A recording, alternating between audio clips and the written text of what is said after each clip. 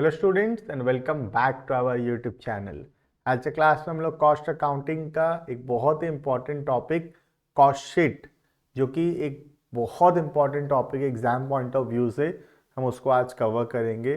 Cost sheet basically एक statement होता है जिसमें हम लोग सारे के सारे खर्चों को रिकॉर्ड करते हैं एक सिस्टमेटिक मैनर में, एक फॉर्मेट में, जिसका मेन ऑब्जेक्टिव होता है कि हम मैन्युफैक्चरिंग ऑर्गेनाइजेशंस के लिए टोटल कॉस्ट निकाल सके, कितना रुपए लगा है गुड्स को प्रोड्यूस करने में और उसको आगे सेल करने में। ठीक है, तो ये तुम्हारे स्क्रीन में दिख रहा होगा, एक फॉर्मेट दिया हुआ है।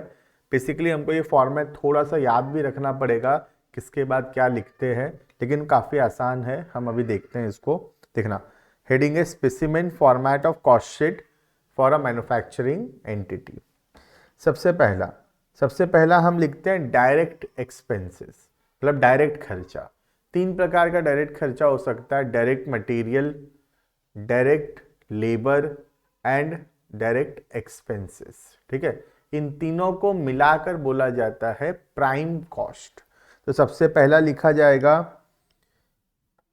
डायरेक्ट मटेरियल कंज्यूम्ड, फिर लिखा जाएगा डायरेक्ट एम्प्लॉय या लेबर कॉस्ट, और तीसरा लिखा जाएगा डायरेक्ट एक्सपेंसेस।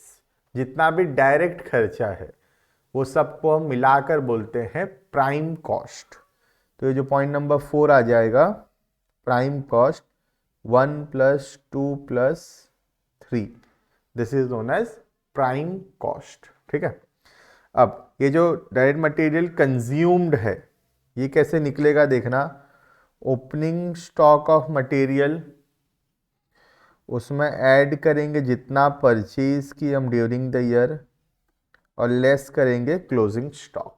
तो पता चल जाएगा साल भर में कितना रुपया का रॉ मटेरियल कंज्यूम हो गया। ठीक है, तो रॉ मटेरियल कंज्यूम कैसे निकलेगा? Opening stock of raw material plus purchase of raw material minus closing stock of raw material. ठीक है, इससे आ जाएगा point number 1 direct material consumed. Point number 2 तो दिया रहेगा हमेशा डायरेक्ट एम्प्लॉय या लेबर कॉस्ट। पॉइंट नंबर 3 दिया रहेगा डायरेक्ट एक्सपेंसेस। तीनों को जोड़ेंगे, direct material plus direct labour plus direct expenses, combinedly called as prime cost. ठीक है, अब इसके बाद बारी आता है सारा इनडायरेक्ट एक्सपेंस को जोड़ने का। इनडायरेक्ट एक्सपेंस का बेसिकली मतलब होता है ओवरहेड।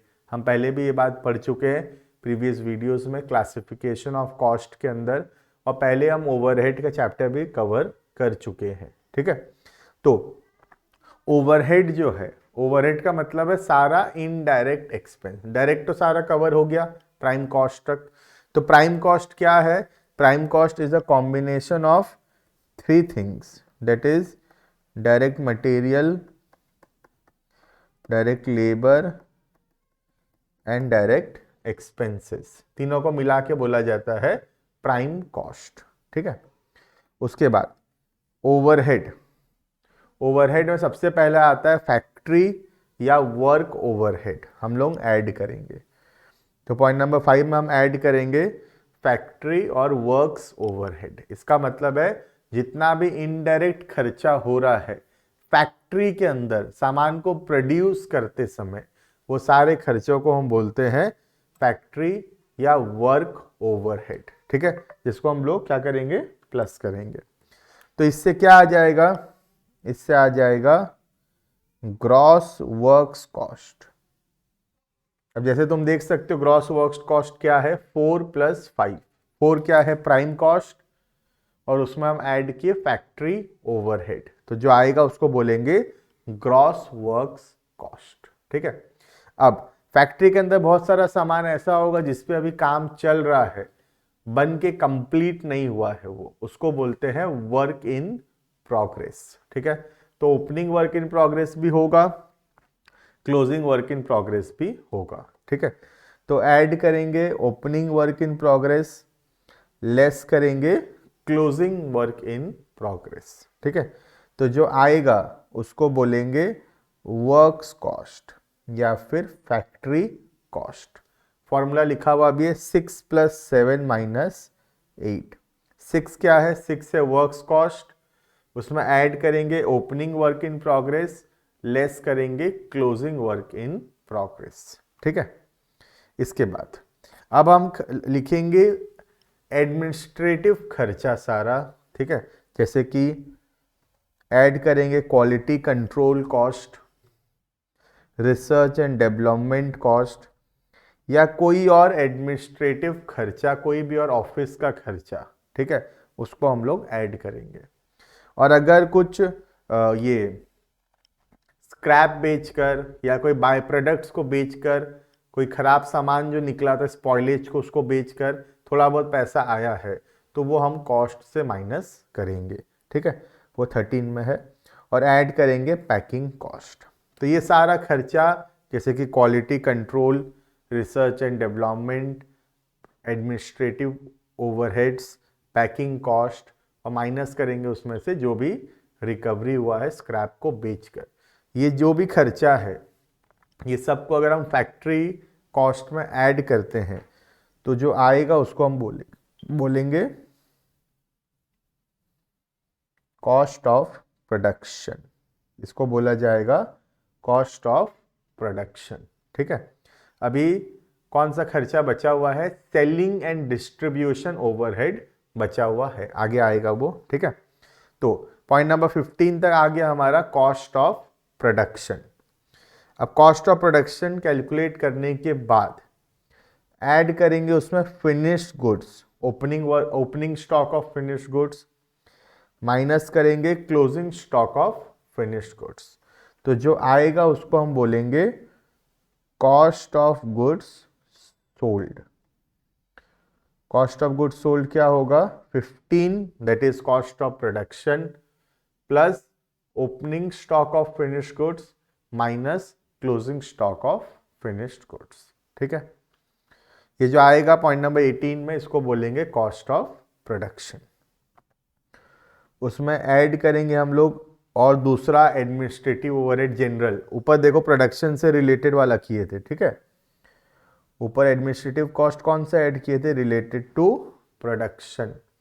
यहाँ कौन सा ऐड कर रहे हैं? जनरल, मतलब ऑफिस का।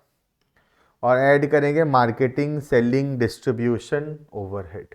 तो जो आएगा उसको हम बोलेंगे कॉस्ट ऑफ सेल्स। ठीक है, कॉस्ट ऑफ सेल्स का मतलब सारा का सारा खर्चा इसमें इंक्लूड हो चुका है। क्लियर? अब सपोज कॉस्ट ऑफ सेल, जैसे सपोज करके कॉस्ट ऑफ सेल है 500 और हम सपोज एक्चुअल में सेल किए हैं 700 में, तो 200 रुपये जो है, this is our margin, this is our profit. समझ में आ रहा है?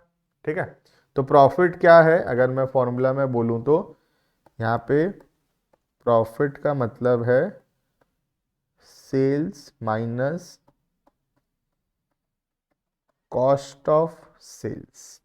Sales minus cost of sales करेंगे तो आ जाएगा प्रॉफिट। क्लियर? तो ये फॉर्मूला हमको लर्न करना पड़ेगा। देखो ये जो फॉर्मेट है, क्योंकि फॉर्मेट में अगर हम सीरियली नहीं लिखेंगे तो गलत हो जाएगा। ठीक है, एक बार रिकॉल करा देता हूँ फटाफट से क्या क्या है इसके अंदर। सबसे पहला हमको निकालना है prime cost. Prime cost basically mean direct material consumed, direct labour and direct expenses, तीनों को मिलाएंगे आ जाएगा प्राइम कॉस्ट। ठीक है, प्राइम कॉस्ट में ऐड करेंगे फैक्ट्री ओवरहेड, तो आ जाएगा ग्रॉस वर्क्स कॉस्ट।